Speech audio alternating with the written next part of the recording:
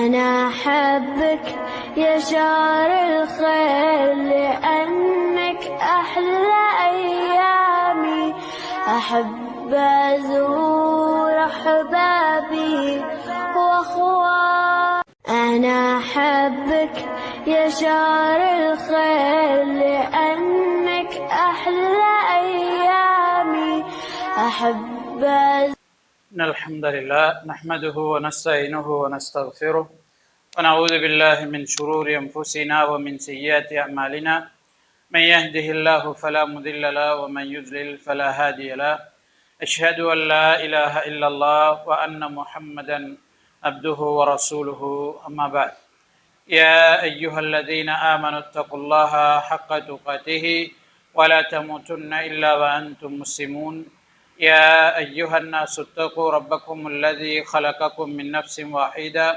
وخلق منها زوجها وبث منهما رجالا كثيرا ونساء واتقوا الله الذي تساءلون به والأرحام إن الله كان عليكم رقيبا يا أيها الذين آمنوا اتقوا الله وقولوا قولا سديدا يصلح لكم أعمالكم ويغفر لكم ذنوبكم ومن يطع الله ورسوله فقد فاز فوزا عظيما فإن أصدق الحديث كتاب الله وخير الهدي هدي محمد صلى الله عليه وسلم وشر الأمور محدثاتها وكل محدثة بدعة وكل بدعة ضلالة وكل ضلالة في النار أو كما قال عليه الصلاة والسلام அன்புக்குரிய அல்லாஹ்வின் நல்லடியார்களே, அல்லாஹுவின் தூதர் ஸல்லல்லாஹு அலைஹி வஸல்லம் அவர்களுடைய வாழ்க்கை வரலாற்றை தெரிந்து கொள்கின்ற சீரத்துர் ரசூல் என்ற இந்த தொடர் நிகழ்ச்சியின் 6வது வகுப்பிலே நாம் எல்லோரும் கலந்து கொண்டிருக்கின்றோம். இன்ஷா அல்லாஹ் இந்த வகுப்பிலே நாங்கள் மக்காவிலிருந்து மதீனாவுக்கு ஹிஜ்ரத் செய்தது, மதீனாவிலே உள்ள சமூக நிலவரம், நபி ஸல்லல்லாஹு அலைஹி வஸல்லம் அவர்கள் அந்த நிலவரங்களை கையாண்ட விதம் தொடர்பாக இந்த வகுப்பிலே நாங்கள் பார்க்க இருக்கின்றோம். அன்புக்குரிய அல்லாஹ்வின் நல்லடியார்களே, ஏற்கனவே நாங்கள் சொன்னதை போல ரசூலுல்லாஹி ஸல்லல்லாஹு அலைஹி வஸல்லம் அவர்களுக்கும் மதீனாவிலிருந்து வந்தவர்களுக்கும் இடையில் அகபா உடன்படிக்கைகள் நிறைவேறியதன் பின்பு மதீனாவை நோக்கி சஹாபாக்கள் இடம்பெயர ஆரம்பித்தார்கள். நபி ஸல்லல்லாஹு அலைஹி வஸல்லம் அவர்கள் சொன்னார்கள், 2 மலைகளுக்கும் இடையிலுள்ள ஊர் நீங்கள் ஹிஜ்ரத் செய்வதற்கு சென்று தங்குவதற்குரிய ஊராக எனக்கு காட்டப்பட்டது என்று ரசூலுல்லாஹி ஸல்லல்லாஹு அலைஹி வஸல்லம் அவர்கள் அறிவித்தார்கள். எனவே அந்த அடிப்படையிலே மதீனாவிலே நபி ஸல்லல்லாஹு அலைஹி வஸல்லம் அவர்களுக்கும் அவரை ஏற்றுக்கொண்டவர்களுக்கும் ஒரு சுமூகமான பாதுகாப்பான நிலைமை இருந்ததனால் மதீனாவை நோக்கி சஹாபாக்கள் என்ன செய்தார்கள்? இடம்பெயர ஆரம்பித்தார்கள். கூட்டங்களாக, குடும்பங்களாக, தனிநபர்களாக இடம்பெயர ஆரம்பித்தார்கள். இப்படி சென்றவர்களிலே முதலாமவர் அபூ சலமா. அபூ சலமாவும் அவருடைய குடும்பமும் மதீனாவை நோக்கி செல்வதாக மக்காவாசிகள் கேள்விப்படுகிறார்கள். அவர்களை சந்திக்கிறார்கள். அபூ சலமாவிடம் சொல்கிறார்கள், நீ போகலாம், பிரச்சனை கிடையாது, ஆனால் உன்னுடைய மனைவியை நாங்கள் விடமாட்டோம் என்று சொல்லி என்ன செய்கிறாங்க? மனைவியும் பிள்ளையையும் உம்மு சலமாவுடைய கோத்திரத்தார் பறித்து வச்சு கொள்றாங்க. நீ போ, ஆனால் உன்னுடைய மனைவியும் பிள்ளையிலும் எங்கட கோத்திரத்தாக்கள் நாங்கள் உடையலான்னு பறித்து வச்சு கொள்றாங்க. அப்போ ஒன்றும் செய்யலாது. அபூ சலமா என்ன செய்கிறாரு? போயிட்டார். பிறகு அபூ சலமாவோட கோத்திரத்தார் கேள்விப்படுறாங்க, இந்த மாதிரி என்ன செய்கிறாங்க, பெண் வீட்டு சாரார் அந்த மாதிரி நடந்திருக்காங்கன்றோடனே அவங்க போய் உம்மு சலமாவுடைய கோத்திரத்தாரோடு சண்டை பிடிச்சி, பிள்ளைய நீங்கள் வச்சுட்டு இருக்கலாது, பிள்ளை எங்கட கோத்திரத்துக்குரியது, ஆணுக்குரியது தான் பிள்ளை, எனவே நீங்கள் தரணும்னு சொல்லி பறிச்சுட்டு போயிடுறாங்க. அப்போ பிள்ளை ஒரு பக்கம், உம்மா ஒரு பக்கம், பாப்பா ஒரு பக்கம் பெரும் சோதனையை அனுபவிக்கிறார். அப்போ இந்த ஹிஜ்ரத்துங்கிறது சாதாரணமாக ஒரு ஊர்ல இருந்து இன்னொரு ஊருக்கு போகிற மாதிரியான நிகழ்வாக இருக்கல. குடும்பத்தை விட்டு, சொத்தை விட்டு, இருந்த எல்லாத்தையும் விட்டு தனிநபர்களாக போக வேண்டிய ஒரு நிர்பந்தம் அதுவும் மக்காவில இருந்து மதீனாவுக்கு 8 நாள் பயணம் அல்லது 10 நாள் பயணம் என்பது தனிநபராக ஒன்றும் இல்லாம போறதுங்கிறது சாத்தியம் இல்லாத ஒரு விஷயம். ஆனாலும் ஈமானில் உள்ள உறுதி, நாங்க இந்த இடத்தை விட்டு நபி அவர்கள் சொன்ன ஒரு இடத்துக்கு போகணும் என்றதுல உள்ள அந்த ஆசை, சஹாபாக்கள் என்ன செய்தார்கள், அல்லாவின் மீது வைத்த நம்பிக்கையோடு வெளியேறி சென்றார். உம்மு சலமா ஒவ்வொரு நாளைக்கும் வந்து அவங்க அபுத்தஹ் என்ற இடத்துல வந்து இருந்து அழுது கொண்டே இருப்பாங்களாம். ஒவ்வொரு நாளைக்கும் அழுதுகிட்டே இருப்பாங்களாம். பிள்ளையும் இல்லை, கணவனும் இல்லை, தனியொரு ஆளாக அழுது கொண்டே இருப்பாங்க. அப்ப உம்மு சலமாவுடைய கோத்திரத்தார் பார்த்து கொஞ்சம் பேர் இறக்கப்படுறாங்க. அவங்களோட கோத்திரத்தினுடைய மற்ற ஆக்களோட பேசுறாங்க. பேசினதுக்கு பிறகு உம்மு சலமாவுக்கு மதீனாவுக்கு செல்வதற்கான அனுமதி என்ன செய்யறது, கோத்திரத்தார கிடைக்கிறது. அவங்க போய் இந்த பிள்ளையை வச்சிருந்த குடும்பத்து ஆக்களோடையும் பேசி பிள்ளையும் எடுத்துக்கொண்டு என்ன செய்கிறார்கள், மதீனாவுக்கு தன்னன் தனியாக யாருடைய துணையும் இல்லாம போறாங்க. இடையில ஒரு சஹாபி சந்திக்கிறாரு. அவர் பாதுகாப்பான அடிப்படையில மதீனாவுக்கு கொண்டு போய் விடுறாரு. அபூ சலமாவோடு அவர் சேர்க்கப்படுகிறார். இந்த மதீனாவுக்கு ஹிஜ்ரத் செய்த வழியில இன்னும் ஒரு பிரபல்யமான சம்பவம் தான் சுஹைப் ரலியல்லாஹு அன்ஹுடைய சம்பவம். அவர் மதீனாவுக்கு போறதுக்கு வெளிக்கிறாரு. மக்காவாசிகள் அவரை என்ன செய்யறாங்க, தடுக்கிறார். அவர் ஒரு பெரிய பணக்காரர், செல்வந்தர். அவர்கிட்ட சொல்றாங்க, நீ எங்கள்கிட்ட வந்தது போறதான், இங்க இருந்துதான், மக்காவுல இருந்துதான் எல்லாத்தையும் முளைச்சுக்கிட்டாய், மக்காவுல இருந்துதான் உனக்கு எல்லா செல்வமும் கிடைத்தது. எனவே அதை நீ இன்னொரு ஊருக்கு என்ன செய்ய முடியாது, கொண்டு போக முடியாது. நீ போகலாம், ஆனா உன்னுடைய சொத்து செல்வம் எதையும் எடுத்து கொண்டு போக முடியாது என்று சொல்லி சொன்ன உடனே அவர் கேட்கிறார், ஓகே, அப்ப நான் சொத்து செல்வம் எல்லாத்தையும் உங்கள்ட்ட தந்தா என்ன போறதுக்கு விடுவீங்களான்னு கேட்கிறார். போக மாட்டோன்னா அவர் எல்லாத்தையும் கொடுத்துட்டு தனியாளாக என்ன செய்யறாரு, மதீனாவுக்கு போய் சேர்றார். அது மாதிரி உமர் ரலியல்லாஹு அன்ஹு அவர்களும் ஐயாஷ் ரலியல்லாஹு அன்ஹு அவர்களும் என்ன செய்யறாங்க, மதீனாவுக்கு போறாங்க. மதீனாவுக்கு போய் அடைஞ்ச உடனே மக்காவில் இருந்த இவருடைய சகோதரர்கள், யாஷுடைய சகோதரர்கள் அபூஜஹலும் இன்னும் ஒருவர் ரபியாவோ அல்லது அப்துல்லா என்று சொல்லக்கூடிய இன்னும் ஒருவர், 2 பேரும் கேள்விப்படுறாங்க இந்த மாதிரி இவர் போய் சேர்ந்துட்டாங்கன்னு சொல்லி. அவர் 2 பேரும் ஒரு திட்டம் போடுறாங்க, எப்படியாவது இவரை கொண்டு வரணும் மக்காவுக்குன்னு சொல்லி மதீனாவுக்கு போறாங்க. போய் அவர்கிட்ட கதைக்கிறாங்க. 3 பேரும் சகோதரர்கள். யாசிட்ட சொல்றாங்க, இங்க பாரு, உம்மா வந்து சாப்பிடாம இருக்கிறார், குளிக்காம இருக்கிறார், வெயிலே நிற்கிறார், உன்னை கண்டாத்தான் வெயில இருந்து உள்ளுக்கு போறதும், உன்னை கண்டாத்தான் சாப்பிட்றதும், உன்னை கண்டாத்தான் குளிக்கிறது என்று சொல்லி இவங்க சொல்றாங்க. அப்படி ஒரு நேர்ச்சியில் அவ இருக்கிறா, விடாப்பிடியா இருக்கிறா, நீ கட்டாயம் வரத்தான் வேணும்னு சொல்லி சொல்றாங்க. அப்ப உமர் ரலியல்லாஹு அன்ஹு அவங்க சொல்றாங்க, இல்லை நீ போகாத, இதுல வேற என்னமோ சிக்கல் இருக்குது. அவக்கு பேன் கூடினா, குளிக்காம இருந்து பேன் கூடினா குளிச்சுட்டு போறா, அதிகமா பசி வந்தா சாப்பிட போறா, அவக்கு அதிகமா வெயில் அடிச்சு அவளால் முடியலைன்னு சொன்னா நிழலுக்கு போயிடுவா, நீ என்ன செய்யாத, யோசிக்காத, போயிடாதன்னு சொல்லி சொல்றார். ஆனாலும் அவர் என்ன செய்யலை, அவரு ஒத்துக்கல. இல்லை, தாய் தானே, தாய் பாசம் விடாது, அப்ப நான் போகத்தான் வேணும் என்று சொல்லி என்ன செய்யறாரு, அவர் வந்துடுறாரு. இடையில வரும்போது வார வழியில அபூஜஹல் சொல்றான், என்னுடைய வாகனம் வந்து பலவீனமா இருக்கு, சவுத்து போயிட்டு, ஐயாஷே உண்ட வாகனத்துல, தம்பி தானே, உண்ட வாகனத்துல நான் ஏறுறதுக்கு அனுமதி தருவியான்னு கேட்டோன்னு, ஓகே சரி பிரச்சனை இல்லை. 3 பேரும் ஒரு பேச்சு வழக்குல ஒரு சந்தோஷமான நிலையில ஒரு ஒருமித்த கருத்துல தானே மக்காவுக்கு வராங்க, அவ பிரச்சனை இல்லைன்னு சொல்லி அவர் அனுமதி கொடுக்காரு. 2 பேரும் வாகனத்துல ஏறுறாங்க.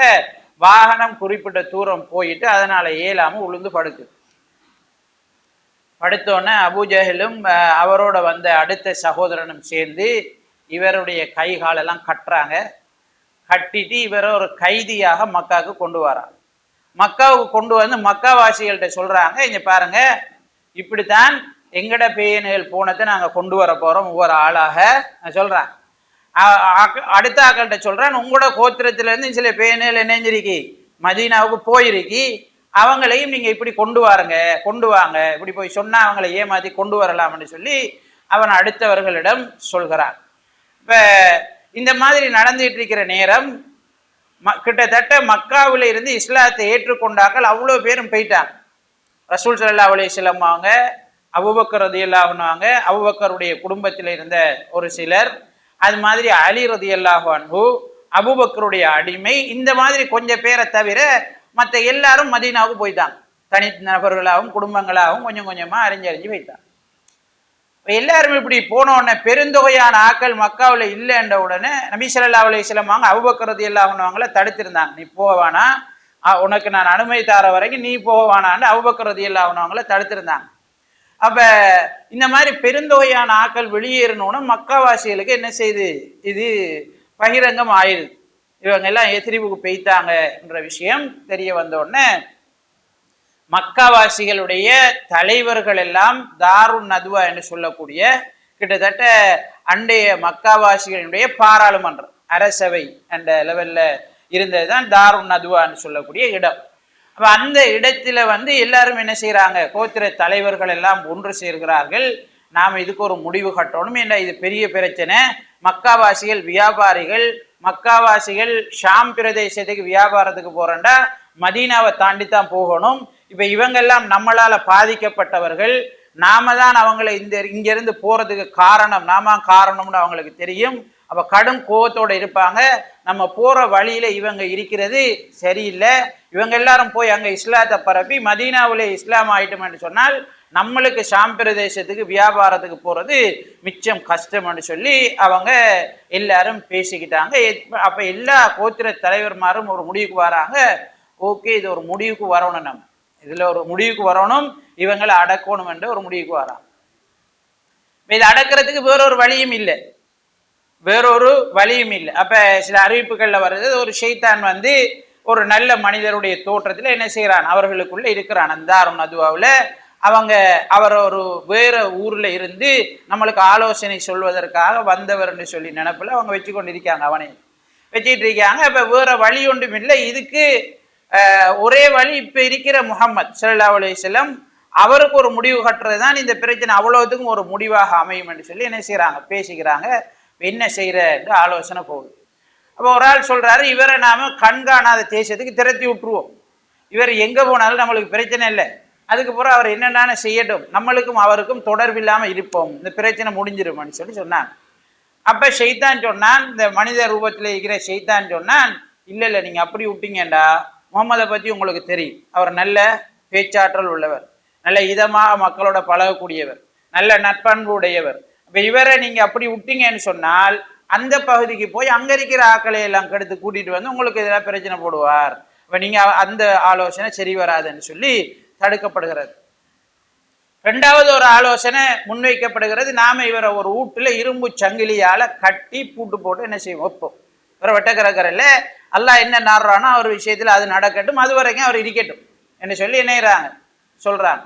அப்ப இந்த ஷைத்தான் சொல்றான், இல்ல இல்ல அப்படி வைக்காதீங்க, முகமதுடைய காரியம் வித்தியாசமானது, ஸல்லல்லாஹு அலைஹி வஸல்லம் நீங்க முன்கேத்த மூடுவீங்க, பின்கேத்துக்குள்ளால விஷயம் நடக்கும்னு சொல்லி அவன் என்ன செய்யறான் சொல்றான். அப்போ ஓகே நம்ம இவ்வளவு நாளும் கண்ட மாதிரி அதுவும் சரியா தான்றீங்க, அந்த ஆலோசனையும் என்ன செய்யப்படுகிறது, தடை செய்யப்படுகிறது, நிராகரிக்கப்படுகிறது.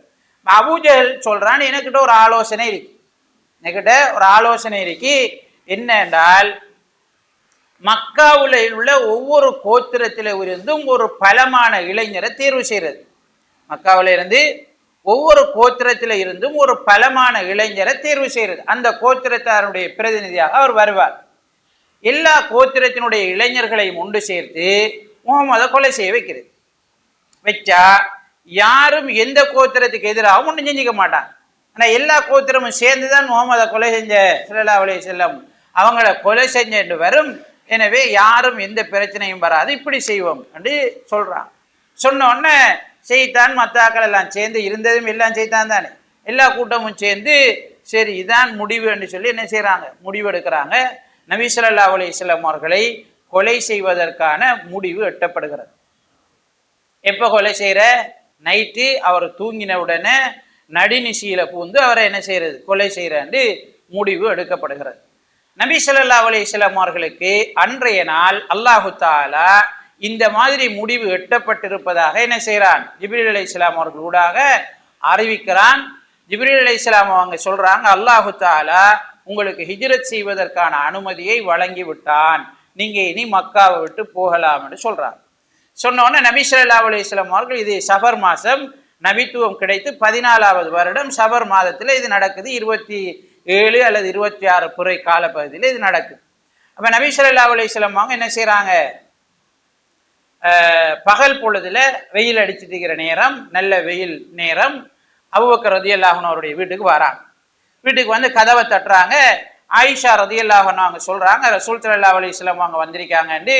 அபூபக்கர் ரலியல்லாஹு அன்ஹு அவர்கள் அப்படின்னா இந்த நேரத்துல இவர் வாரார் என்றால் நம்ம சொல்லுவோம், இந்த அதியா உதியா நேரம்னு சொல்லுவாங்க. இந்த நேரத்துல ஒரு ஆள் வெட்டக்கரங்கி வாரார் என்றால் ஏதோ ஒரு பெரிய விஷயமாகத்தான் இருக்கும் என்று அபூபக்கர் ரலியல்லாஹு அன்ஹு அவங்க ஓடி வராங்க. கதவை திறக்கிறாங்க. ரசூல் ஸல்லல்லாஹு அலைஹி வஸல்லம் அவங்க சொன்னாங்க, உங்களோட வீட்டில் இருக்கிற எல்லாரையும் வெட்டக்கறக்குங்க, முக்கியமான ஒரு விஷயம் பேசணுங்கிறாங்க. அப்போ அபூபக்கர் ரலியல்லாஹு அன்ஹு அவங்க சொல்றாங்க, இல்லை பிரச்சனை இல்லை, என்னுடைய குடும்பம் உங்களுடைய குடும்பம் மாதிரி, நீங்க ஒரு கவலையும் பட தேவையில்லை, விரும்பியதை பேசலாம், என்னுடைய குடும்பம் உங்களுடைய குடும்பம் என்று அபூபக்கர் ரலியல்லாஹு அன்ஹு அவர்கள் சொல்கிறார். அப்ப அபூபக்கர் ரலியல்லாஹு அன்ஹு அவங்கள்ட்ட ரசூல் ஸல்லல்லாஹு அலைஹி வஸல்லம் அவங்க சொல்றாங்க, ஹிஜ்ரத் போறதுக்குரிய எல்லாத்தையும் என்ன செய்யுங்க, தயார்படுத்துங்க, வாகன ஒழுங்கு, சாப்பாடு, அது இது எல்லாத்தையும் தயார்படுத்துங்கன்னு சொல்றாங்க. அப்ப அபூபக்கர் ரலியல்லாஹு அன்ஹு அவங்க ஓகே நானும் உங்களோட கூட வாரதான்னு கேட்குறாங்க. ஓ நீங்களும் என்னோட கூட வருவீங்கன்னு அபூபக்கர் ரலியல்லாஹு அன்ஹு அவங்க கடுமையா சந்தோஷப்படுறாங்க. ரசூல் ஸல்லல்லாஹு அலைஹி வஸல்லம் அவர்களை பாதுகாத்து மதீனாவுக்கு கொண்டு போற ஒரு திட்டத்தை அபூபக்கர் ரலியல்லாஹு அன்ஹு அவங்க போடுறாங்க. அப்ப திட்டமெல்லாம் போட்டு முடிஞ்சதுக்கு பிறகு ரசூல் ஸல்லல்லாஹு அலைஹி வஸல்லம் அவங்க வீட்டுக்கு வராங்க. தன்னுடைய விரிப்பில அலி ரலியல்லாஹு அன்ஹு அவங்களை தூங்க வைக்கிறாங்க. அலி ரலியல்லாஹு அன்ஹு சொல்றாங்க, இரவாயினா இந்த விரிப்பில என்ன செய், நீ தூங்கிக்கன்னு சொல்லி ரசூல் ஸல்லல்லாஹு அலைஹி வஸல்லம் அவர்கள் சொல்கிறார்கள். இரவாகிறது. மக்காவாசிகள் அந்த தலைவர்கள் எல்லாம் என்ன செய்யறாங்க, ரசூல் ஸல்லல்லாஹு அலைஹி வஸல்லம் அவருடைய வீட்டை வட்ட பண்றாங்க. வீட்டை வட்ட பண்ணி எல்லாரும் நிற்கிறாங்க. நபி அவங்க இப்ப பார்க்காங்க, உள்ளுக்கு இருக்காங்க. நபி என்ன செய்யறாங்க, உள்ளுக்கு இருக்காங்க. நபி அவங்க வெளியாகினா கொலை செய்யற இந்த முடிவில் எல்லாரும் என்ன செய்யறாங்க, நைட்ல நடுநிசையில கொலை செய்யற இந்த முடிவில் இருக்காங்க. அப்ப ரசூல் ஸல்லல்லாஹு அலைஹி வஸல்லம் அவங்க அலி ரலியல்லாஹு அன்ஹு அவங்களை அவரோட விரிப்புல தூங்க வச்சுட்டு அலி ரலியல்லாஹு அன்ஹு அவர்கள்ட்ட மக்காவுல ஒப்படைக்க வேண்டிய அமானித பொருட்கள் எல்லாம் அலி ரலியல்லாஹு அன்ஹு அவங்கள்ட்ட கொடுத்துட்டு ரசூலுல்லாஹி ஸல்லல்லாஹு அலைஹி வஸல்லம் அவங்க ஹிஜ்ரத் போவதற்காக வெளியாகிறார். இப்போ மக்காவாசிகள் நபி ஸல்லல்லாஹு அலைஹி வஸல்லம் அவங்களை எதிர்த்தாலும் நபி அவங்க உண்மையாளர்ன்றதுல அவங்களுக்குள்ள சந்தேகம் இருக்கல. நபி அவங்க அமானிதத்தை பேணக்கூடியவர் என்றதுல அவங்கள்ட்ட சந்தேகம் இருக்கல. அதனால முக்கியமான பொருட்களை நபி அவங்கள்ட்ட கொடுத்து பாதுகாப்பா என்ன செய்வாங்க, வைப்பாங்க. அந்த மாதிரி பொருட்களை, பாதுகாப்பாக இருந்த பொருட்களை கொடுக்க வேண்டியதை நபி ஸல்லல்லாஹு அலைஹி வஸல்லம் அவங்க அலி ரலியல்லாஹு அன்ஹு ஒப்படைச்சிட்டு நடுநிசையில நபி ஸல்லல்லாஹு அலைஹி வஸல்லம் அவங்க வெளியாகிறாங்க. வீட்டில இருந்து வெளியாகிறாங்க, மண்ணை தூவிட்டு வெளியாகிறாங்க. அப்ப அல் குர்ஆன்ல அல்லாஹ் தஆலா சூரத் யாசீன்ல அதை எங்களுக்கு சொல்றான். ரசூல் ஸல்லல்லாஹு அலைஹி வஸல்லம் அவங்க மண்ணை எறிகிறாங்க. அப்ப எரிஞ்ச உடனே அவங்களுக்கு யாருக்கும் கண் விளங்கல. அல்லாஹ் தஆலா குர்ஆன்ல சொல்றான், அவங்களுக்கு முன்னாலும் பின்னாலும் மறைக்கப்பட்டது. அல்லாஹ் தஆலா முழுமையா மறைச்சான், அவங்க யாரும் காணல. ஆனா பார்த்துட்டு தான் இருந்தாங்க.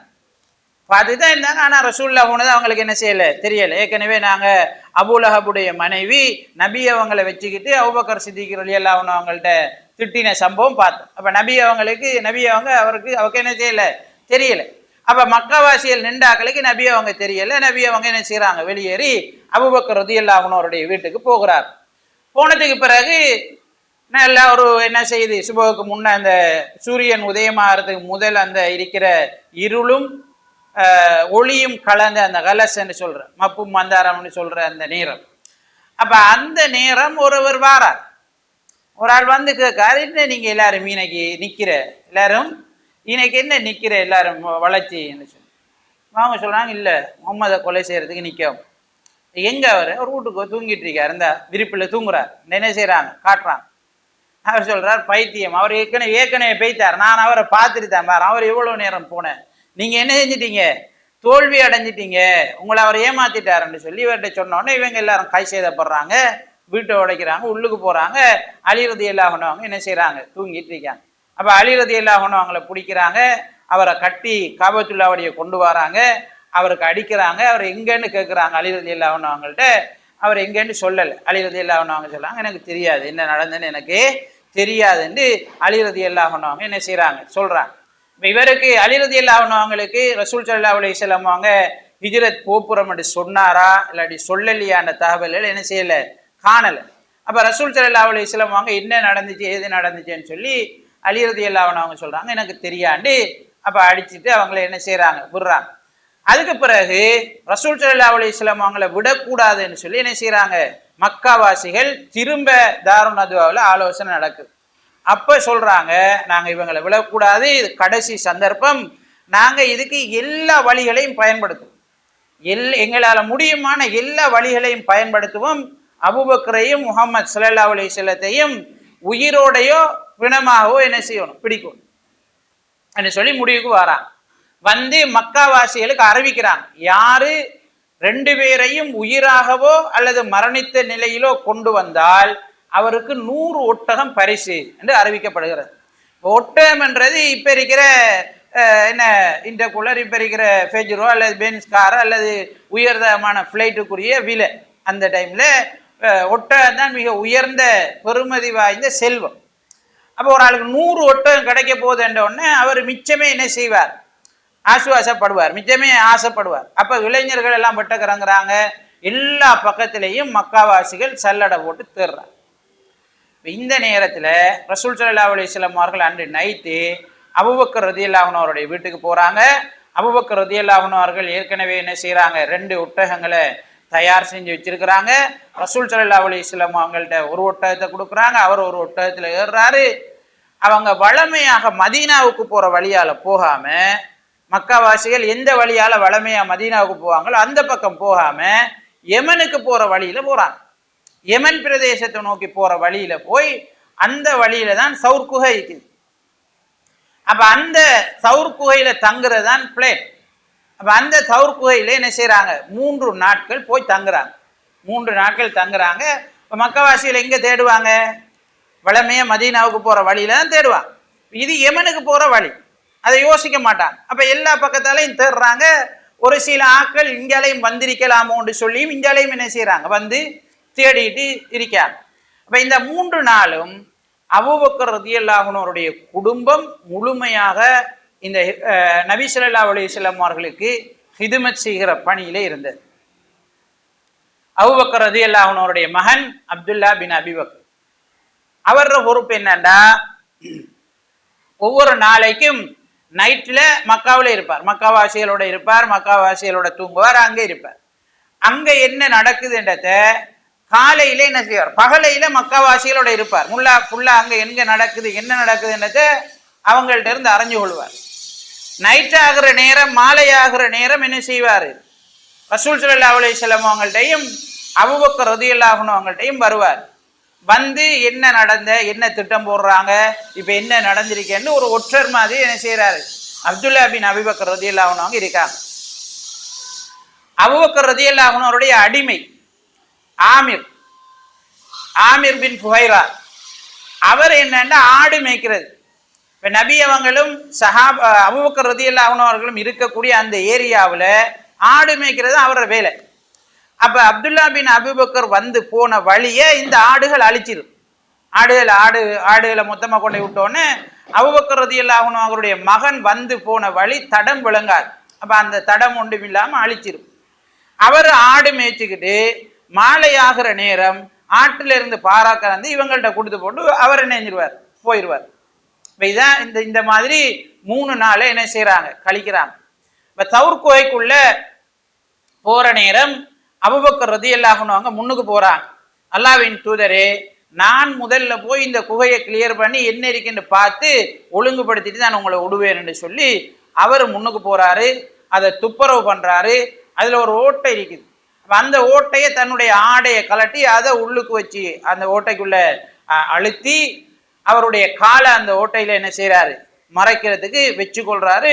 பிறகு நபி ஸல்லல்லாஹு அலைஹி வஸல்லம் அவங்களை உள்ளுக்கு வர சொல்லி அழைக்கிறார். நபி ஸல்லல்லாஹு அலைஹி வஸல்லம் அவங்க வராங்க. அபூபக்கர் ரலியல்லாஹு அன்ஹு அவருடைய மடியில படுத்துக் கொள்கிறார், தூங்கிக் கொள்கிறார். அப்ப நபி ஸல்லல்லாஹு அலைஹி வஸல்லம் அவங்க தூங்கிட்டு இருக்காங்க. அபூபக்கர் ரலியல்லாஹு அன்ஹு அவர்களுக்கு காலில் ஏதோ கொட்டி விட்டது, காலில் ஏதோ கொத்திட்டு. அப்ப நபி ஸல்லல்லாஹு அலைஹி வஸல்லம் அவங்க தூங்கிட்டு இருக்கிற நேரம் அபூபக்கர் ரலியல்லாஹு அன்ஹு அவருடைய கண்ணீர் நபி அவங்கள விழுந்த உடனே நபி ஸல்லல்லாஹு அலைஹி வஸல்லம் அவங்க கண் விழிக்கிறாங்க. யா அபூபக்கர் மாபிக்க, அபூபக்கரே உனக்கு என்ன நடந்துச்சுன்னு கேட்கிறாங்க. அப்ப அபூபக்கர் ரலியல்லாஹு அன்ஹு சொல்றாங்க, அல்லாஹ்வின் தூதரே, லுதிகத்து, நான் தீண்டப்பட்டு விட்டேன், என்ன கொத்திட்டு ஏதோன்னு சொல்றாங்க. சொன்னோன்னே ரசூல் ஸல்லல்லாஹு அலைஹி வஸல்லம் அவங்க இடத்தை காட்ட சொல்லி அதுல தன்னை துப்பணியை என்ன செய்யறாங்க, போடுறாங்க, துப்புறாங்க. துப்பினோன்னு அந்த விஷயம் அந்த நோவு எல்லாமே அபூபக்கர் ரலியல்லாஹு அன்ஹு அவர்களுக்கு என்ன செய்கிறது, இல்லாமல் போகிறது.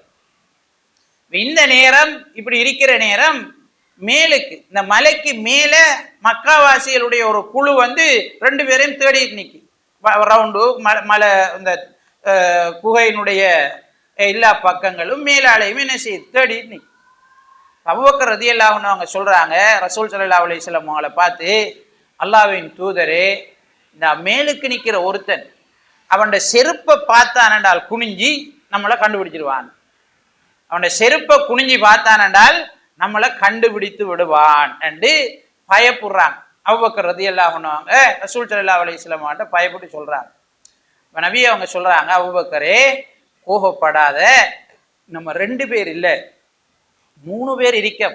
இன்னல்லாஹ மஅனா, அல்லாஹு தஆலா எங்களோடு இருக்கிறான். 3வது ஆளாக அல்லாஹு தஆலா எங்களோடு இருக்கான், நீ பயப்படாத, கவலைப்படாதன்னு சொல்லி அபூபக்கர் ரலியல்லாஹு அன்ஹு அவர்களுக்கு ரசூல் ஸல்லல்லாஹு அலைஹி வஸல்லம் அவர்கள் ஆறுதல் சொல்கிறார். இந்த இடம் தான் நாங்கள் கவனிக்க வேண்டிய ஒரு பெரிய படிப்பினை ஒன்று இருக்கு. என்னென்றால், அல்லாஹு தஆலா என்ன நாடினானோ அது யாரு என்ன நினைச்சாலும் நடக்கும். யாரு என்ன நினைச்சாலும் அது என்ன செய்யும், நடக்கும். இப்போ பாருங்க, இன்னைக்கு வீட்டை வளைச்சி நிற்கிறார்களுக்கு நபி அவங்க வெளியேறினது தெரியல. சவுர்கோய்க்கு மேலே நிற்கான், எல்லாரும் வாகனத்தில் நிற்கான், வளைச்சி தேடிக்கொண்டு நிற்கான். சவுர்கோய்க்குள்ள ஒளிஞ்சிருப்பாங்களான்னு பார்ப்போம்னு ஒருத்தனுக்கும் என்ன செய்யலை, மனசுல உள்ளல. மேலே நிற்கான், மேலே மலைக்கு மேலே நிற்கான், குனிஞ்சி செருப்பை பார்க்குற அளவுக்கோ அல்லது ஒட்டகத்தில் காலை பார்க்குற அளவுக்கோ ஒன்றும் என்ன செய்யலை, ஒருத்தனுக்கும் ஓடல். ஏன்னா குலூபுல் இபாதி பைன உஸ்புஐனி மின் அஸாபிர் ரஹ்மான் யுகல்லிபுல்லாஹு அலா மா ஷா. ரசூல் ஸல்லல்லாஹு அலைஹி வஸல்லம் அவங்க சொல்றாங்க, அடியார்களுடைய உள்ளங்கள் அல்லாஹு தஆலாவுடைய 2 விரல்களுக்கு இடையில் இருக்கிறது, அதை தான் விரும்புகின்ற விதத்தில் அவன் புரட்டுகிறான். நபி ஸல்லல்லாஹு அலைஹி வஸல்லம் அவங்க சொன்னாங்க. அதனாலதான் நபி அவங்க அதிகமா செஞ்ச பிரார்த்தனை, அல்லாஹும்ம யா முகல்லிபல் குலூப் சப்பித் கல்பி அலா தீனிக, உள்ளங்களை புரட்டுகின்ற இறைவனே, இரட்சகனே, என்னுடைய உள்ளத்தை மார்க்கத்திலே நிலைப்படுத்துவாயாக என்று அதிகமாக பிரார்த்தனை செய்யக்கூடியவர்களா இருந்தாங்க. அல்லாஹு தஆலா அவங்களுக்கு என்ன செஞ்சிடறார், மறைச்சிடுறார். அப்ப 3வது நாள் ஆகுது. 3வது நாளாக ஆகிறது. மக்காவாசிகளுடைய அந்த வேகம் குறையுது. அவங்க நிராசை அடைகிறார். நம்மளோட கை மீறிட்டு 3 நாள் பெய்து. 3 நாள் தான் பெரும்பாலும் என்ன செய்யும், ஒரு நினைப்பு, ஒரு சோகம் இருக்கு. அதனாலதான் இஸ்லாம் வந்து ஒரு ஆள் மௌத்தாயினா 3 நாள் என்ன செய்ய சொல்லிருக்கு, துக்கம் அனுபவிக்க சொல்லிருக்கு, மனைவியை தவிர. அடுத்தாக்கள் 3 நாள் என்ன செய்வாங்க, கவலையோடு இருப்பாங்க. 3 நாளைக்கு பிறகு பெரும்பாலும் எல்லாமே நோமல் நிலைக்கு நெஞ்சிடும், வந்துடும். அதான் உளவியல், அதான் யதார்த்தமான ஒரு விஷயம். அப்ப 3 நாளைக்கு பிறகு எல்லாம் நோமல் நிலைக்கு வருது. நபி ஸல்லல்லாஹு அலைஹி வஸல்லம் அவங்க அபூபக்கர் ரலியல்லாஹு அன்ஹு அவங்க 2 பேரும் மதீனாவை நோக்கி பிரயாணம் செய்யறதுக்காக, ஹிஜ்ரத் செய்யறதுக்காக தயாராகிறாங்க. அபூபக்கர் ரலியல்லாஹு அன்ஹு அவர்கள் வழிகாட்டுவதற்காக ஒருவரை நியமித்திருந்தார், ஒருவரை கூலிக்கு அமர்த்தியிருந்தார். அப்துல்லா பின் அரீகா என்று சொல்லக்கூடிய ஒருவரை வழிகாட்டுவதற்காக அமர்த்தி இருந்தார். அப்ப அவர்கிட்ட ஏற்கனவே சவுர்கோய்க்கு வந்த உடனே 2 ஒட்டகங்களையும் கொடுத்து அனுப்பிட்டாங்க. இதை நீ கொண்டு வச்சுக்க, 3வது நாள் என்ன செய், வா, இந்த ஒட்டகங்களை எடுத்துக்கிட்டு வான்னு சொல்லி அனுப்பி வச்சிருந்தாங்க. அப்ப அப்துல்லா அவரும் என்ன செய்யறாரு, அவரு இஸ்லாத்தை ஏற்றுக்கொள்ளல, அவர் இணை வைப்பிலா இருக்காரு, நிராகரிப்பாளராகத்தான் இருக்காரு. ஆனா நம்பிக்கையானவர், வழிகாட்டி. அப்ப வழிகாட்டிகள் பெரும்பாலும் பாலைவனத்துல வழிகாட்டுறார்கள், நம்பிக்கையானவர்களா இல்லாட்டி அவங்க வழிகாட்டிகளா இருக்க மாட்டாங்க. பாலைவனத்தில் அவர் மட்டும்தான் கூட்டிட்டு போறாரு, எங்கேயும் கூட்டிட்டு போகலாம், என்னையும் செய்யலாம். அப்ப வழிகாட்டிகளுக்குரிய பண்பாக அது இருக்கும். அப்ப இவர் வந்து என்ன செய்யறாங்க, 3வது நாள் அழைக்கிறாங்க. அபூபக்கர் ரலியல்லாஹு அன்ஹு அவருடைய வீட்டிலிருந்து பொதிகள் தயாராகிறது, உணவு பொதிகள் தயார் செய்யப்படுகிறது. ரசூல் ஸல்லல்லாஹு அலைஹி வஸல்லம் அவர்களுக்கு என்ன செய்யப்படும், அபூபக்கர் ரலியல்லாஹு அன்ஹு அவர்களுக்கும் அஸ்மா பின்த் அபீபக்கர், அபூபக்கர் ரலியல்லாஹு அன்ஹுடைய மகள், உணவு பொதியை எடுத்துட்டு வராங்க. உணவு பொதியை எடுத்துட்டு வராங்க. எடுத்துட்டு வந்தா இங்க வந்து கொடுத்துட்டு கட்டுறதுக்கு அவங்க மறந்துட்டாங்க. அவசரத்துல அந்த உணவு பொதியை கட்டுறதுக்கு எதுவும் இல்லை, மறந்துட்டாங்க கட்டுறதுக்கு. அந்த நேரம் தான் அஸ்மா பின்த் அபீபக்கர் ரலியல்லாஹு அன்ஹு தண்ட ஆடையில குறுக்கால பெல்ட் மாதிரி கட்டுவாங்க. பெண்கள் வந்து என்ன செய்வாங்க, துணி ஒன்று கட்டி கொள்வாங்க. அந்த துணியை எடுத்து 2ஆ கிழிச்சு உருண்ட அந்த உணவு பொதியினுடைய வாயை கட்டி கொடுக்குறாங்க. அதுக்கு பிறகுதான் அவருக்கு தாத்துன் நித்தாக்கைன் என்ற பேர் வந்துச்சு. அஸ்மா பின்த் அபீ பக்கர் ரலியல்லாஹு அன்ஹு அவங்களுக்கு சிறப்பு பேராக சொல்லப்படுவது தாத்துன் நித்தாக்கைன், இரு துண்டுகளிற்குரியவள், இரு துண்டுகளுக்குரிய சொந்தக்காரி. ரசூல் ஸல்லல்லாஹு அலைஹி வஸல்லம் அவங்க சொன்னாங்க, இந்த இரு துண்டுகளுக்கும் பதிலாக அல்லாஹு தஆலா சுவர்க்கத்திலே அவருக்கு என்ன செய்வான், ஆடை அணிவிப்பான், துணியை கொடுப்பான் என்று ரசூல் ஸல்லல்லாஹு அலைஹி வஸல்லம் அவங்க சொன்னாங்க. தாத்துன் நித்தாக்கைன் என்ற பேர் அப்பதான் அவருக்கு என்ன செய்து வருது. இந்த ஆரம்ப கட்ட நிகழ்வுகள் எல்லாம் நாங்க பார்த்தமா இருந்தால் அபூபக்கர் ரலியல்லாஹு அன்ஹுடைய குடும்பம் முழுமையாக ரசூல் ஸல்லல்லாஹு அலைஹி வஸல்லம் அவருடைய ஹிஜ்ரத்திற்காக உழைத்திருப்பதை நாங்கள் பார்க்கிறோம். அதனாலதான் அபூபக்கர் ரலியல்லாஹு அன்ஹு நபி அவங்க எந்த சந்தர்ப்பத்திலையும் விட்டு கொடுக்க மாட்டாங்க. முழுமையா அபூபக்கர் ரலியல்லாஹு அன்ஹுவோட யாராவது பிரச்சனைப்பட்டா எனக்காக என்ற சகோதரன் நீங்க விடக்கூடாதான்னு சொல்லுவாங்க. எனக்காக என்ற சகோதரன் நீங்க விடக்கூடாதா, நீங்க எல்லாம் பொய் பீச்ச நேரம் அபூபக்கர் என்னை உண்மைப்படுத்தினார், நீங்க எல்லாம் ஒதுக்கின நேரம் அபூபக்கர் எனக்கு அடைக்கலம் கொடுத்தார், என்ன பாதுகாத்தார், உதவி செஞ்சார் என்று நபி ஸல்லல்லாஹு அலைஹி வஸல்லம் அவங்க அபூபக்கர் ரலியல்லாஹு அன்ஹு அவர்கள் அந்த அளவுக்கு ஒரு க்ளோஸான ஒரு இறுக்கமான உறவை அபூபக்கர் ரலியல்லாஹு அன்ஹு அவரோட பேணினார். இப்ப ஹிஜ்ரத் பயணம் ஆரம்பிக்கிறது. போற வழியில பல அற்புதமான நிகழ்வுகள் நடக்கிறது. அபூபக்கர் ரலியல்லாஹு அன்ஹு ரசூல் ஸல்லல்லாஹு அலைஹி வஸல்லம் அவங்களை முன்னுக்கு விடுறாங்க. பின்னால் அபூபக்கர் ரலியல்லாஹு அன்ஹு பெரியோர் ஆள் மாதிரி தலைவர் மாதிரி தன்னை காட்டிக்கொண்டே என்ன செய்யறாங்க, போறாங்க. அப்ப இடையில யாராவது விசாரிச்சா, யாருன்னு விசாரிச்சா அவர் வழிகாட்டின்னு சொல்லிக்குவாங்க.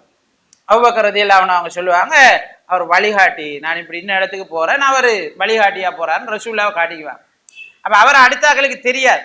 ஆனா மக்காவில இருந்து நபி ஸல்லல்லாஹு அலைஹி வஸல்லம் அவங்க பெரும்பாலும் அந்த சின்ன வயசுலயும் 25வது வயசுலயும் வெளியாயினதுக்கு பிறகு வேற ஒரு பிரதேசத்துக்கும் அவர் போகல. அப்ப வெளியாக்களுக்கு அவரை தெரியாது. அப்ப யாருன்னு கேட்டால் இன்னாருன்னு சொன்னா தான் தெரியுமே தவிர மற்றபடி தெரியாது. அபூபக்கர் ரலியல்லாஹு அன்ஹு அதிகமா வியாபாரத்துக்கு போய் அங்க இங்கன்னு போய் திரிஞ்சு வாரால், அவரை எல்லாருக்கும் தெரியும். அப்ப அவருக்கு ஒரு மதிப்பு இருந்தது. அபூபக்கர் ரலியல்லாஹு அன்ஹு கேட்ட சொல்லுவாங்க, அவர் வழிகாட்டியா போறாரு, அவர் நான் இன்ன இடத்துக்கு போறேன்னு சொல்லிட்டு அப்படியே பயணம் செஞ்சுட்டு இருந்தாங்க. அப்படி போற நேரம் தான் உம்மு மஅபத் அவருடைய கூடாரத்தை சந்திக்கிறாங்க. அந்த கூடாரத்துக்கு போறாங்க. கடும் பசி, சாப்பிட்றது ஒன்றும் இல்லை. அப்போ உம்மு மஅபத்திட்ட கேட்குறாங்க, ஏதாவது இருக்காண்டு, எதுவும் இல்லை. அப்போ ஆடு ஒன்று நிற்கிது, பார்க்குறாங்க. அது என்ன, குட்டி போடாத ஒரு பொட்டை, அதில் மடியில் பால் சுரக்கிறதுக்கான வாய்ப்பு இல்லை.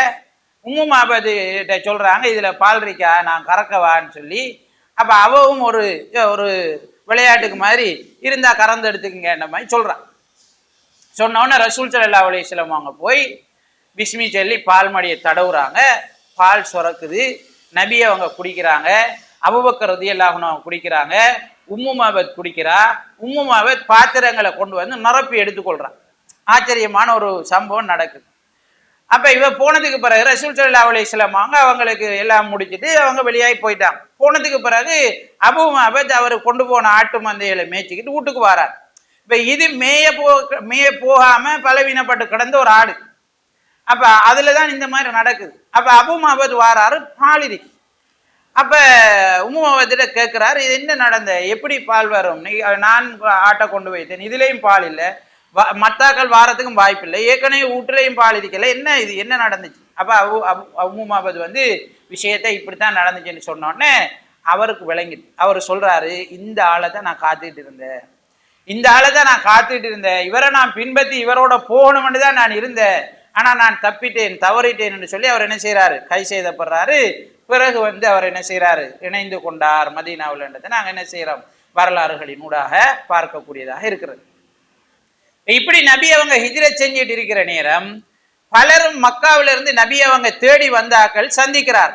ஒரு சிலர் என்ன செய்யறாங்க, இஸ்லாத்தை ஏற்றுக்கொள்றாங்க. ஒரு சில கூட்டமும் இஸ்லாத்தை ஏற்றுக்கொள்கிறது. கூட்டமா வந்த ஒரு சிலரும் என்ன செய்யறாங்க, அப்படியே இஸ்லாத்தை தழுவுறார். இந்த மாதிரி வந்தாக்கள்ல ஒரு ஆள் தான் சுராக்கா என்று சொல்லக்கூடியவர். இவர் நபி ஸல்லல்லாஹு அலைஹி வஸல்லம் அவங்களை பார்க்கிறார். இவர் மக்காவாசி. நபி அவங்களை பார்க்கிறாரு. பார்த்தவொன்னே இனங்கான்றார். ஓகே, நபி அவங்களும் முகம்மதும் அபூபக்கர் தான் போறாங்க, இவங்களை நாம எப்படியாவது கொலை செய்யணும்னு அவர்கிட்ட இருந்த அடிமைகள் ஆக்களை எடுத்துக்கொண்டு அவர் வாரார். வந்தா நபி அவங்களையும் அபூபக்கர் ரலியல்லாஹு அன்ஹு நெருங்கும் போது அவருடைய ஒட்டகம் படுக்குது, ஓடுதில்லாங்க. திரும்ப அவங்க தூரம் போனது போல திரும்ப எழும்போது, திரும்ப போய் நெருங்கினா என்ன செய்யுது, படுக்குது, ஓடுது இல்லை அங்கால.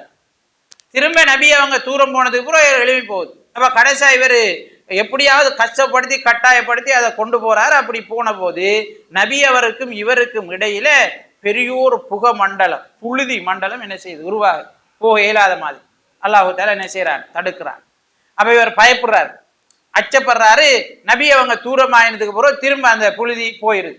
அச்சப்பட்டு போது திரும்ப நோமல் நிலைக்கு வர ஒன்றும் இல்லை, இது பாலைவனத்துல வளமையா நடக்கிறது தானே, இந்த புழுதி காத்தலாம்னு நினைச்சுக்கிட்டு திரும்ப 2வது தரம் துரத்துறார். திரும்பியும் துரத்துறார். திரும்பியும் அதே மாதிரி புழுதி மண்டலம் என்ன செய்கிறது, ஏற்படுகிறது. அதுக்கப்புறம் இவருக்கு ஒரு பயம் ஒன்று என்ன செய்யுது, வருது. அப்ப நபி ஸல்லல்லாஹு அலைஹி வஸல்லம் அவங்கள்ட்ட அவர் சொல்றாரு, நான் உங்களை எதுவும் செய்ய மாட்டேன், நில்லுங்கன்னு சொல்றாரு. அப்ப நபி அவங்க நிக்காங்க, அபூபக்கர் ரலியல்லாஹு அன்ஹு நிக்காங்க. நின்றதுக்கு பிறகு அவங்களுக்குள்ள சம்பாஷணை போது நபி ஸல்லல்லாஹு அலைஹி வஸல்லம் அவங்க சொல்றாங்க, நான் உன்னை விடுறேன், பிரச்சனை இல்லை, ஆனா நாங்க போற செய்தியை நீ சொல்லக்கூடாது யார்கிட்ட. நான் உன்னை விடுறேன், பிரச்சனை இல்லை, நாங்க இந்த மாதிரி இந்த ரூட்டால தான் போறோம் என்ற விஷயத்தை நீ யார்கிட்டையும் என்ன செய்யக்கூடாது, சொல்லக்கூடாது. அப்படியான நிபந்தனை நீ ஏற்றுக்கொள்வாய்னா நாங்க விடுறோம் என்று சொல்லி ரசூல் ஸல்லல்லாஹு அலைஹி வஸல்லம் அவங்க சொல்றாங்க. அப்ப சுராக்கா அதுக்கு அனுமதி அங்கீகரிக்கிறார். ஓகே, நான் யார்ட்டையும் செல்ல மாட்டேன், ஆனா நீங்க எழுதி தரணும். ஃபுல்லா பயந்துட்டார் தான், ஃபுல்லா பயந்துட்டார், என்ன நடக்கும்னு தெரியாது. அவருக்கு முழுமையா விளங்கிட்டு நபியவங்களை நாம பின்தொடர்றதால இது நம்மளுக்கு மனிதன் அல்லாத மேலிருந்து ஒரு சக்தியால செய்யப்படுற ஒன்றுதான், நம்ம தப்புறது கஷ்டம்ன்றது அவருக்கு விளங்கிட்டு. அப்ப அவர் பயப்படுறாரு. நபியவங்கள்ட்ட சொல்றாரு, இல்ல நீங்க எனக்கு பாதுகாப்பு அளிக்கிறீர்கள் என்பதை எழுத்து மூலம் தரணும், அப்பதான் நான் போவேன் சொல்லி என்ன செய்யறாரு, அவரு ஒரே புடியா நிற்கிறாரு. அப்ப நபி ஸல்லல்லாஹு அலைஹி வஸல்லம் அவங்க அபூபக்கர் ரலியல்லாஹு அன்ஹுடைய அடிமை ஆமீர் அவர்கள்ட்ட சொல்லி எழுதி கொடுக்குறாங்க. அதை எடுத்துட்டு என்ன செய்யறாரு, போறாரு. நபி அவங்களும் என்ன செய்யறாங்க, அபூபக்கர் ரலியல்லாஹு அன்ஹு அவர்களும் மதீனாவுக்கு போறாங்க. மதீனாவுக்கு அவங்க போறதுக்கு முன்னாலேயே மதீனாவுல விஷயம் என்ன செய்யுது, பரவிட்டு. இப்படி நபி அவங்களும் அபூபக்கர் ரலியல்லாஹு அன்ஹு அவங்களும் மதீனாவுக்கு வந்து கொண்டிருக்காங்க என்ற விஷயம் பரவிட்டு. அப்ப மதீனாவுல இப்ப ஏற்கனவே அங்க இஸ்லாத்தை ஏற்றுக்கொண்டிருந்தார்கள், இது மக்காவுல இருந்து போனார்கள், இவங்களால திரும்ப புதுசா இஸ்லாத்துக்கு வந்தவர்கள் என்று சொல்லி பெரிய ஒரு பட்டாளம் மதீனாவுல என்ன செஞ்சுட்டு உருவாகி முஸ்லீம்களுக்கு. அப்ப அவங்க ஒவ்வொரு நாளும் மதீனாவுடைய எல்லைக்கு வராங்க, மக்காவாசிகள் வரக்கூடிய எல்லைக்கு வந்து ஒவ்வொரு நாளும் காலையில வார மாலையில போற இப்படியே காத்துட்டு இருக்காங்க. இப்ப சஃபர் மாதம் 27 அல்லது 28 அல்லது 29 ஆரம்பிச்ச பயணம். அப்ப நபி ஸல்லல்லாஹு அலைஹி வஸல்லம் அவங்களும் அபூபக்கர் ரலியல்லாஹு அன்ஹு அவங்களும் வாராங்க. மதீனாவுக்கு வார நேரம் ரபியுல் அவ்வல் 8வது பிற, ரபியுல் அவ்வல் பிற 8, குவையில 3 நாள் தங்குறாங்க, பயணம் 8 நாள். ரபியுல் அவ்வல் பிற 8 தான் மதீனாவுக்கு என்ன செய்யறாங்க, வந்து சேர்றாங்க. இப்ப மதீனாவுல இருந்த ஆக்களுக்கு ரசூலுல்லாஹ் யாருன்னு தெரியாது, ரசூல் ஸல்லல்லாஹு அலைஹி வஸல்லம் யாருன்னு தெரியாது, எல்லாரும் ஒரே மாதிரி ஆக்கள் இருக்காங்க, யாருன்னு தெரியாது. அப்ப அபூபக்கர் ரலியல்லாஹு அன்ஹு ரசூல் ஸல்லல்லாஹு அலைஹி வஸல்லம் அவங்களுக்கு மேல ஒரு போர்வையை போடுறாங்க, அவங்க எழும்புறாங்க, நபி அவங்களை இருப்பாட்டுறாங்க. அதுக்கு பிறகுதான் எல்லாருக்கும் விளங்குது, ஓ இவர் தான் ரசூலுல்லாஹி ஸல்லல்லாஹு அலைஹி வஸல்லம் என்று சொல்லி எல்லாருக்கும் விளங்குது. மதீனாவாசிகள் சந்தோஷத்தால குதூகலிக்கிறாங்க. இந்த அளவுக்கு பிரபல்யமான ஒரு பைத்து ஏற்கனவே என்ன மௌலுது பாடல்லையும் என்ன செய்யும், அது வரும். அஷ்ரகல் பத்ரு மின் தனியாத்தில் வதாஇ என்று சொல்லி வர அந்த பைத்தை என்ன செய்யறாங்க, அஷ்ரகல் பத்ரு அலைனாண்டு வரக்கூடிய தல அல் பத்ரு அலைனாண்டு வரக்கூடிய அந்த பைத்தை என்ன செய்யறாங்க, படிக்கிறாங்க. மதீனாவாசிகள் சந்தோஷப்படுறாங்க. இப்ப மதீனாவுக்கு நபி அவங்க வந்த உடனே நபி அவங்களை பெரும் எண்ணிக்கையிலான ஆக்கள் சூழ அபூபக்கர் ரலியல்லாஹு அன்ஹு அவங்களை மலைச்சிக்கிட்டு மதீனாவுக்குள்ள வாராங்க. ஒவ்வொரு கோத்திரத்தவர்களும் எங்கட வீட்டுல நபி அவங்க தங்கணும், முதலாவது இரவு முதலாவது நாள் எங்கட வீட்டுல தான் தங்கணும்னு ஆசைப்படுறாங்க. ஏன்னா மிச்ச நாள் காத்துட்டு இருந்த ஒருவர் வந்திருக்கார், அவருக்கு நாங்க இன்றைக்கு விருந்து கொடுக்கணும்னு சந்தோஷப்படுறாங்க. ஆனா மதீனா மக்கா மாதிரி செல்வம் உள்ள ஒரு பிரதேசம் அல்ல, ஒரு நோமலான வாழ்க்கை நிலையில உள்ளாக்கள் தான்.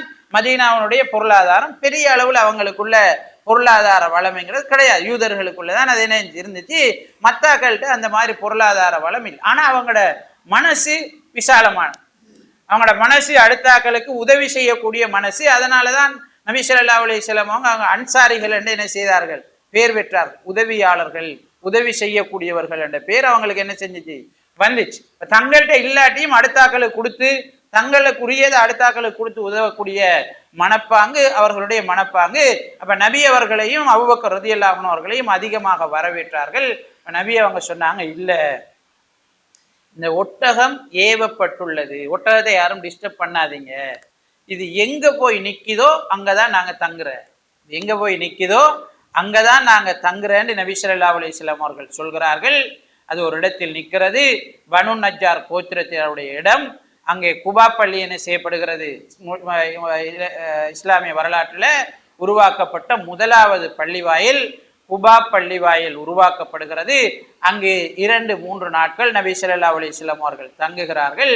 பிறகு மதீனாவுக்குள்ள என்ன செய்யறாங்க, வார நேரம் பனு சாலிம் கோத்திரத்தாருடைய ஏரியாவில் ஜும்மாவுடைய நேரம், ஜும்மா தொழுகை அங்கே நிறைவேற்றப்படுகிறது. பிறகு அங்க இருந்து நபி ஸல்லல்லாஹு அலைஹி வஸல்லம் அவங்க வராங்க. ஒட்டகம் எங்க ஏவப்பட்டிருக்கோ அங்க நிற்கும், யாரும் டிஸ்டர்ப் பண்ண வேணாம்னு சொல்றாங்க. ஒட்டகம் ஒரு இடத்துல போய் நிற்குது. அந்த இடத்துல நபி ஸல்லல்லாஹு அலைஹி வஸல்லம் அவர்கள் அதுக்கு பக்கத்துல உள்ள ஒரு இடத்தை பள்ளி கட்டுவதற்காக தேர்வு செய்யுமாறு, தேடுமாறு சஹாபாக்களுக்கு சொல்கிறார்கள். அப்ப பக்கத்துல கைவிடப்பட்ட ஒரு மையவாடி இருக்குது, கைவிடப்பட்ட ஒரு மையவாடி இருக்கிறது. அதை யாருக்குரியது என்று விசாரிக்கிறாங்க. அது மதீனாவாசிகள்ல இருவருக்குரியது. அந்த 2 பேரும் கொண்டு வரப்படுகிறார்கள். அவர்கள்ட்ட நபி ஸல்லல்லாஹு அலைஹி வஸல்லம் வாங்க அதை வாங்குறதுக்கு விலை பேசுறாங்க. அப்ப அவங்க சொல்றாங்க, இல்ல இல்ல, நாங்க விற்கிறல, தானமாக தந்து விடுவோம், தானமாக தான் நாங்க தருவோம், விற்க மாட்டோம்னு சொல்லி சொல்றாங்க. அப்ப நபி ஸல்லல்லாஹு அலைஹி வஸல்லம் அவர்கள் ஓகேன்னு சொல்லி அதை எடுத்துக்கொள்றாங்க. மையவாடி முழுமையாக சுத்தப்படுத்தப்படுகிறது.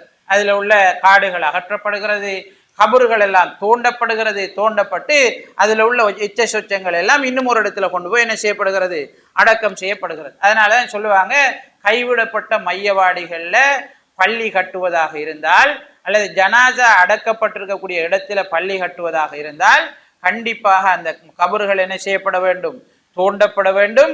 அதுக்குள்ள உள்ள எலும்புகள், எச்ச சொச்சங்கள் கௌரவமாக இன்னும் ஒரு இடத்துல என்ன செய்யப்பட வேண்டும், அடக்கப்பட வேண்டும் என்பது இஸ்லாத்தினுடைய வழிகாட்டலாக இருக்கிறது. மஸ்ஜிது நபவி என்ன செய்யப்படுகிறது, உருவாக்கப்படுகிறது. ரசூல் ஸல்லல்லாஹு அலைஹி வஸல்லம் அவர்களுடைய சஹாபாக்களுடைய முழு விவகாரங்களுக்குமான மத்திய தளமாக மஸ்ஜிது நபவி என்ன செய்கிறது, இயங்குகிறது. தொழுமிடம், அரசவை, பள்ளிக்கூடம், ஆலோசனை கூடம், சிறுவர்கள் விளையாடுற இடம், வீடில்லாதாக்கள் வந்து தங்குற இடம், இப்படி நிறைய என்ன செய்கிறது, பரிமாணங்களை அந்த மஸ்ஜிது நபவி ஏற்றிருப்பதை நாங்கள் காணக்கூடியதாக இருக்கிறது. மதீனாவுல நபி ஸல்லல்லாஹு அலைஹி வஸல்லம் அவருடைய வாழ்க்கையை பொறுத்தவரையில 3 கட்டங்களாக நாங்கள் பிரிக்க முடியும். முதலாவது கட்டம் ஹிஜ்ரி 6ஆம் ஆண்டு வரைக்குமான காலப்பகுதி. மிச்சமே குழப்பம் நிறைஞ்ச காலப்பகுதி. போராட்டமும் என்ன எதிரிகள் வாரையும் இந்த மாதிரி யுத்தங்கள் நிறைஞ்ச காலப்பகுதி. அதுல பத்ர் யுத்தம் நடக்குது, உஹது யுத்தம் நடக்குது, அஹ்ஸாப் யுத்தம் நடக்குது. அது மாதிரி என்ன சஹாபாக்கள் கொண்டு போய் கொலை செய்யப்படுறாங்க. இந்த மாதிரி நிறைய பிரச்சனைகள் நடந்த ஒரு காலகட்டம் 6வது ஆண்டு வரைக்குமான காலகட்டம். இந்த 6ஆம் ஆண்டுல நபி ஸல்லல்லாஹு அலைஹி வஸல்லம் அவர்கள் மக்காவுக்கு உம்ரா செய்வதற்காக வராங்க. மக்காவாசிகள் நபி ஸல்லல்லாஹு அலைஹி வஸல்லம் அவங்களை தடுக்கிறாங்க. அவங்களுக்கும் நபி அவர்களுக்கும் இடையில ஹுதைபியான்ற ஒரு உடன்படிக்கை நடக்கிறது. ஹுதைபியான்ற ஒரு உடன்படிக்கை ஹிஜ்ரி 6ஆம் ஆண்டு நடக்கிறது. இந்த உடன்படிக்கை ஒரு அமைதியான சூழலை ஏற்படுத்து. மக்காவாசிகள் இனி போராட்டத்துக்கு வரமாட்டாங்க என்ற ஒரு முடிவு வந்துடுது. இந்த ஒப்பந்தத்தின் ஊடாக முஸ்லீம்களுக்கு இருந்த ஒரு நிம்மதியான சூழல் இருந்தா இனி மக்காவாசிகள் நம்மளை தொந்தரவு பண்ண மாட்டாங்க, போராட்டத்துக்கு வரமாட்டாங்க என்ற ஒரு அமைதியான சூழல் மதீனாவாசிகளுக்கு நபி ஸல்லல்லாஹு அலைஹி வஸல்லம் அவர்களுக்கு ஏற்படுகிறது. அதுக்கு பிறகு உள்ள 8ஆம் ஆண்டு வரைக்குமான காலப்பகுதி நபி ஸல்லல்லாஹு அலைஹி வஸல்லம் அவர்கள் இந்த காலப்பகுதியை, இந்த அமைதியான சூழலை பயன்படுத்தி வெளிநாடுகளுக்கு, பக்கத்து நாட்டு பிரதேசங்கள்ல ஆட்சி செய்யக்கூடியவர்களுக்கு, கோத்திர தலைவர்களுக்கு இஸ்லாத்தினுடைய செய்தியை சொல்வதற்காக தூதுவர்களை, கடிதங்களை அனுப்பக்கூடியவர்களாக இருந்தார். இப்ப இது 6லிருந்து 8 வரைக்குமான காலப்பகுதி. இந்த 8 ஹிஜ்ரி 8ல இருந்து அதற்கு பிற்பட்ட காலப்பகுதி முழுமையான எழுச்சி காலம். இந்த மக்கா வெற்றி ஹிஜ்ரி 8ல நடக்குது. நடந்ததுக்கு பிறகு மக்கள் எல்லாம் கூட்டம் கூட்டமா என்ன செய்யறாங்க, இஸ்லாத்துக்கு வர ஆரம்பிக்கிறாங்க. சூரத்து நஸ்ர்ல அல்லாஹு தஆலா என்ன செய்யறான், அதை எங்களுக்கு சொல்றான். இது அஜா நஸ்ருல்லாஹி வல் ஃபத்ஹ், அல்லாஹ்வுடைய உதவியும் வெற்றியும் உனக்கு வந்தால் மக்கள் கூட்டம் கூட்டமாக இஸ்லாத்தை நோக்கி அலை அலையாக வருவதை நீ காண்பாய். அந்த நேரம் அல்லாஹ்வை தஸ்பீஹ் செஞ்சுக்கன்னு சொல்லி உன்னுடைய பாவத்துக்கு மன்னிப்பு கோரிக்கைன்னு சொல்லி அல்லாஹு தஆலா அந்த அத்தியாயத்துல நபி ஸல்லல்லாஹு அலைஹி வஸல்லம் அவர்களுக்கு கட்டளை இடுகிறார். அப்ப இந்த ஹிஜ்ரி 8க்கு பிறகு உள்ள காலம் வளர்ச்சி காலம். யாருமே எதுவும் செய்ய முடியாதுன்னு எல்லாரும் அலுப்பாகி எல்லாரும் நிராசை அடைஞ்ச காலம். முஸ்லிம்களுக்குரிய எழுச்சி காலமாக அந்த காலப்பகுதி இருந்தது என்கிறத நாங்க பார்க்கணும். மதீனாவுடைய நிலவரத்தை பொறுத்தவரையில மதீனாவுல நபி அவர்கள் வார நேரம் 3 சாரார் இருந்தாங்க. ஒரு சாரார் நபி ஸல்லல்லாஹு அலைஹி வஸல்லம் அவர்களை ஏற்றுக்கொண்டவர்கள், மக்காவில இருந்து வந்தவர்கள். மக்காவில இருந்து வந்திருக்காங்க. மதீனாவில நபி ஸல்லல்லாஹு அலைஹி வஸல்லம் அவர்களை ஏற்றுக்கொண்ட சாராரும் இருக்காங்க. இவங்க முஸ்லீம்கள். மக்காவில இருந்து வந்தவர்களும் ஏழைகள், அவங்கள்ட்டையும் ஒன்றும் கிடையாது. பொதுவா மதீனாவில் இருந்தவர்கள்ட்டையும் அவங்கள்ட்ட பெரிய அளவுல பொருளாதார நிலைமை அவங்கள்ட்ட இல்லை. அப்போ ஒரு மிடில் நிலைமையில தான், ஒரு நடுநிலைமையில தான் வாழ்க்கை தராதாரம் அவங்களுக்குள்ள இருக்கு. 2வது சாரார் நபி ஸல்லல்லாஹு அலைஹி வஸல்லம் அவர்களை ஏற்றுக்கொள்ளாத இணை வைப்பாளர்கள், நிராகரிக்கின்ற சாரார். இவங்க 2 பகுதியினரா இருந்தாங்க. ஒரு சாரார் நபி அவங்களை ஏற்றுக்கொள்ளையும் இல்லை, அவங்களை அதிகமா எதிர்க்கையும் இல்லை, அவங்களுக்கு எதிராக சதி செய்யவும் இல்லை. இவங்க பிற்பட்ட காலத்துல முழுமையாக நபி அவங்களை ஏற்றுக்கொண்டாங்க. இவங்க தான் மதீனாவாசிகள், மதீனாவினுடைய அடிப்படை இனம், மதீனாவுக்கு சொந்தக்காரர்கள். அவங்க பிற்பட்ட காலத்துல இஸ்லாத்தை ஏற்றுக்கொண்டாங்க. இதுல ஒரு சாரார் இருந்தாங்க, இவங்க தான் இந்த ஹவுஸ் ஹஸரஜ் கோத்திரம், இந்த மாதிரியான ஆக்கள். இவங்கள ஒரு சாரார் இருந்தாங்க, நபி அவங்களை கடுமையாக எதிர்த்தவர்கள், இஸ்லாத்திற்கு எதிரான கடுமையான உணர்வை கொண்டவர்கள். அப்படி உணர்வு இருந்தாலும் அவங்களால அதை வெளிப்படுத்தி கொள்ள இயலாத ஒரு சிச்சுவேஷன் இருந்தது மதீனாவில். அவங்க கடும் கொந்தளிப்போட உள்ளுக்குள்ள இருந்தாங்க. இந்த அப்துல்லா இப்னு உபை இப்னு சலூல் என்று சொல்லக்கூடிய ஆக்கள் அவனோட சேர்ந்தவர்கள். அவன் தான் ரசூல் முனாஃபிகீன் என்று சொல்லப்பட்டவன். முனாஃபிகீன்களுடைய தலைவனாக அவன் என்ன செய்தான், மதீனாவில் இருந்தான். இப்போ இவன் நிலைமை என்னென்றால், நபி அவங்க வாரத்துக்கு முன்னால மதீனாவினுடைய தலைவர் என்ற ஸ்தானத்துல பார்க்கப்பட்ட ஒருவர்.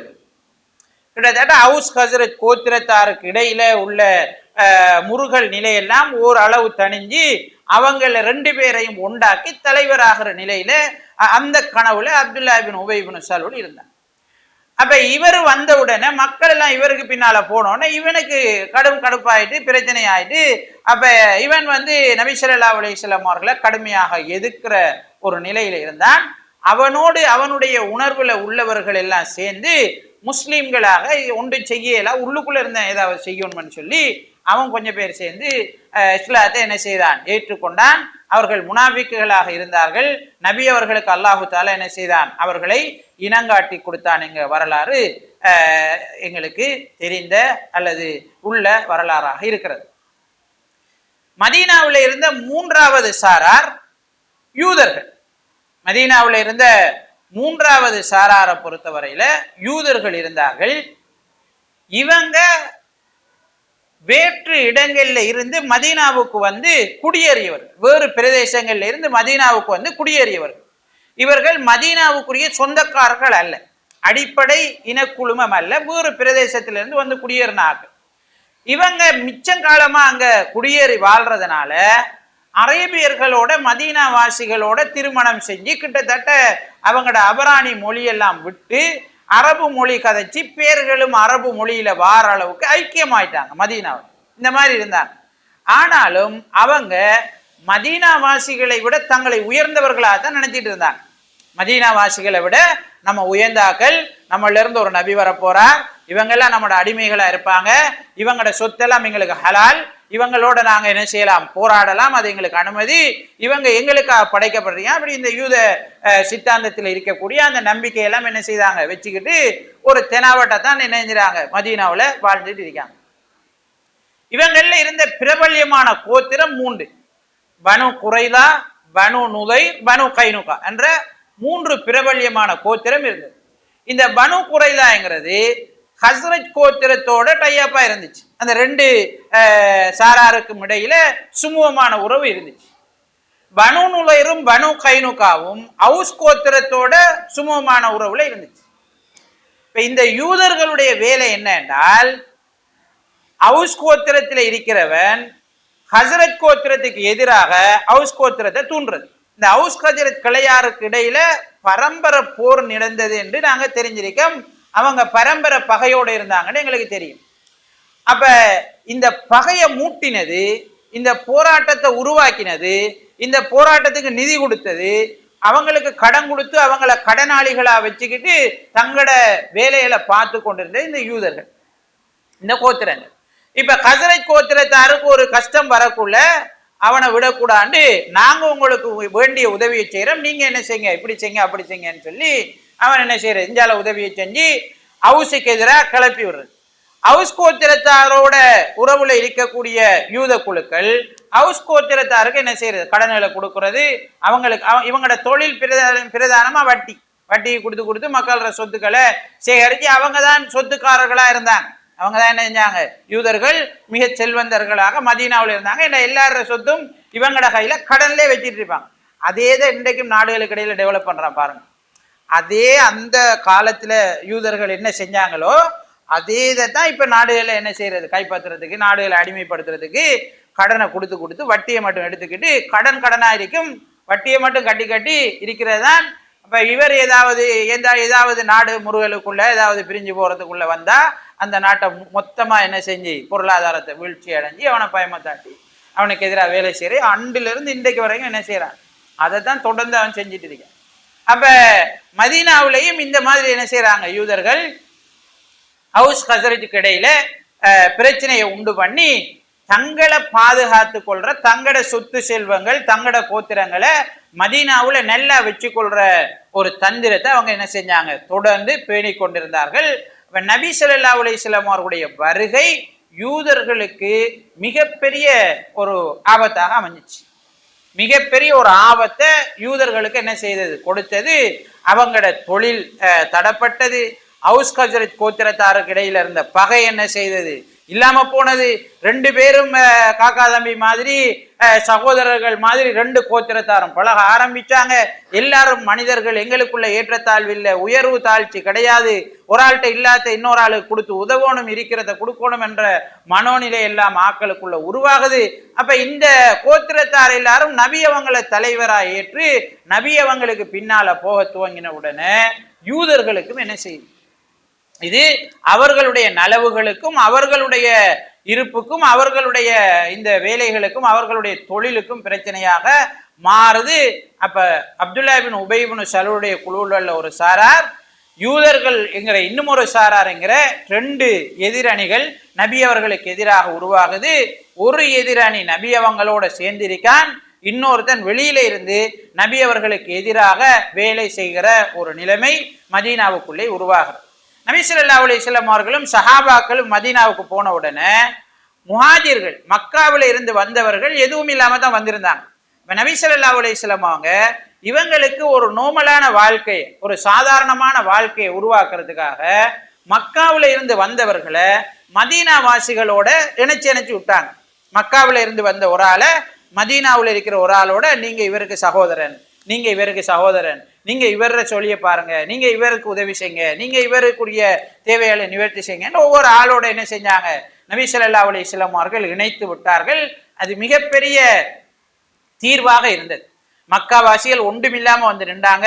குடும்பம் இல்லை, ஆதரவு அளிக்கிறதுக்கு ஆக்கள் இல்லை, யாரோட வீட்டுல தங்குறேன் இல்லை, அடுத்த ஸ்டெப் என்ன, அடுத்தது என்ன தெரியாத ஒரு லெவல்ல நின்ற நேரம் நபி ஸல்லல்லாஹு அலைஹி வஸல்லம் அவங்க எல்லாருக்கும் செய்ய தேவையில்லை, ஒவ்வொரு ஆள் எடுத்துக்கொள்ளுங்கன்னு பிரிச்சு சகோதரர்களை ஆக்கி விட்டாங்க. இது வறுமை ஒழிப்புக்கு, ஆதரவற்றவர்களுக்கான ஆதரவு கொடுக்கறதுக்கான மிகப்பெரிய ஒரு சக்சஸ்ஃபுல்லான திட்டமாக நபி அவர்களுடைய இந்த திட்டம் இருந்தது.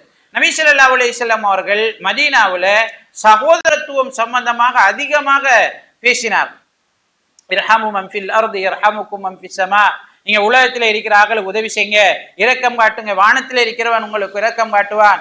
அல் முஸ்லிமு அகுல் முஸ்லிம், ஒரு முஸ்லிம் அடுத்த முஸ்லிமுக்கு சகோதரன், அவன் அடுத்தவனுக்கு அநியாயம் செய்ய மாட்டான். அடுத்தவன்ட்ட காட்டி கொடுக்க மாட்டான், எதிரிட கையில ஒப்படைச்சிட்டு போக மாட்டான் என்று சொல்லி ரசூல் ஸல்லல்லாஹு அல் முஃமினு லில் முஃமினி கல் புன்யான் யஷுத்து பஅதுஹு பஅதான் சொல்லி நிறைய சகோதரத்துவம் சம்பந்தப்பட்ட விஷயங்கள் குர்ஆன் வசனங்கள் ஹதீஸ்கள் எல்லாம் மதீனாவுல நபி ஸல்லல்லாஹு அலைஹி வஸல்லம் அவருடைய போதனையில இருந்ததை நாங்க பார்க்கிறோம்.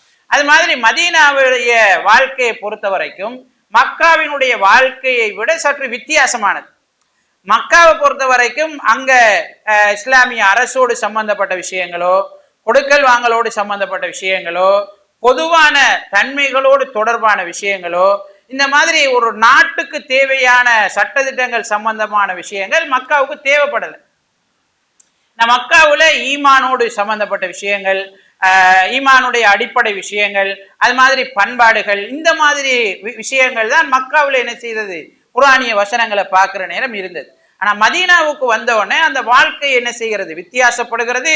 முஸ்லிம்களுக்கான ஒரு தலைமைத்துவம், அது கீழே ஒரு தலைவர், அவருக்குள்ள ஆலோசனை குழு, அது கீழே ஒரு பெரிய சனத்திரல், அது அவங்களோட ஒப்பந்தம் செஞ்ச இன்னும் ஒரு சாரார், அவங்களுக்கு மத்தியில் உள்ள எதிரிகள், அவங்க ஒரு பலம், இப்படியான ஒரு நில மதீனாவுல உருவாகின உடனே மதீனாவுல இறங்கின வசனங்களும் அதற்கேற்ற அடிப்படையில குர்ஆனிய வசனங்கள் அமைந்திருந்ததை நாங்கள் பார்க்கிறோம். வல்லோன் அல்லாஹு தஆலா நபி அவர்களுடைய வரலாற்றை இந்த வகுப்புகளின் ஊடாக முழுமையாக தெரிந்து கொண்டு அதில் உள்ள படிப்பினைகளை நானும் நீங்களும் பின்பற்றி வாழ்வதற்கு எம் அனைவருக்கும் அருள் செய்வானாக.